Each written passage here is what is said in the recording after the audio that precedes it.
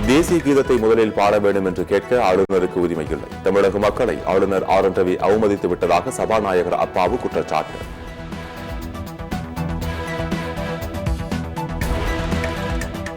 தமிழகத்தில் HMPV virus பாதிப்பு குறித்து அச்சமடைய தேவையில்லை. பாட்டாளி மக்கள் கட்சி சட்டமன்ற உறுப்பினர் ஜி.கே. மணி கொண்டு வந்த கவன ஈர்ப்பு. சட்டப்பேரவையில் சுகாதாரத்துறை அமைச்சர் மா. சுப்பிரமணியன் விளக்கம்.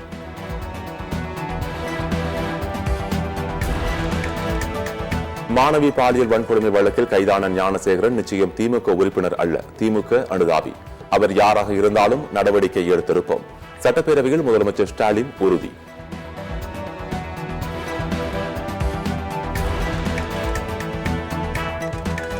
சட்டப்பேரவையில் ஆளுநர் இருந்தபோது ஏன் பதாகை காட்டினீர்கள்? அதிமுக உறுப்பினர்களிடம் சபாநாயகர் அப்பாவு கேள்வி.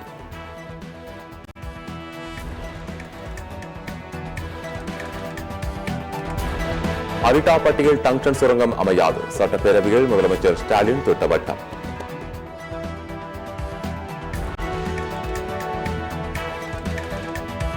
மாணவி விவகாரத்தில் மலிவான அரசியல் செய்ய வேண்டாம். ஆதாரம் இருந்தால் புலனாய்வு துறையிடம் கொடுங்கள். கவன ஈர்ப்பு தீர்மானத்தில் முதலமைச்சர் ஸ்டாலின் பதில். பெண்களுக்கு எதிரான குற்றங்களை இரும்பு கரம் கொண்டு திமுக அரசு ஒடுக்கும். பாதிக்கப்பட்ட மாணவிக்கு உரிய நிவாரணம் கிடைப்பதில் அரசு உறுதியாக உள்ளது. முதலமைச்சர் ஸ்டாலின் திட்டவட்டம்.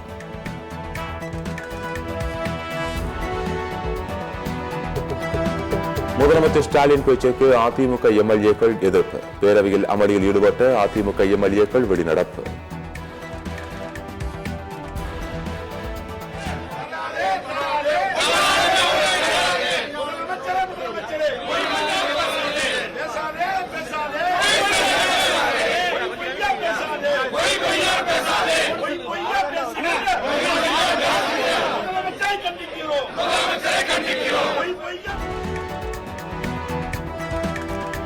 டங்ஷன் சுரங்கத்திற்கு மூல காரணமே அதிமுக தான். அரிட்டாப்பட்டி டங்ஷன் விவகாரம் தொடர்பான கவன ஈர்ப்பு தீர்மானத்தில் அமைச்சர் தங்கம் தென்னரசு பதில்.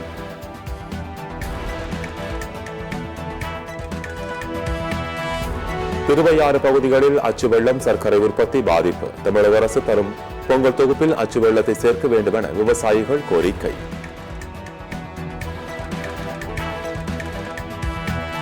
பொங்கல் பண்டிகையை ஒட்டி பெங்களூரு, சென்னையில் இருந்து 8 சிறப்பு ரயில்கள் இயக்கப்படுகிறது. தெற்கு ரயில்வே அறிவிப்பு.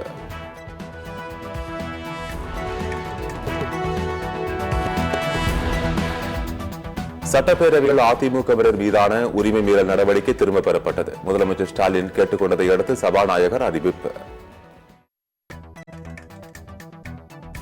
நடிகை நயன்தாரா மீது நடிகர் தனுஷ் சார்பில் தொடரப்பட்ட வழக்கின் இறுதி விசாரணை வரும் 22ஆம் தேதிக்கு ஒத்திவைத்தது சென்னை உயர்நீதிமன்றம்.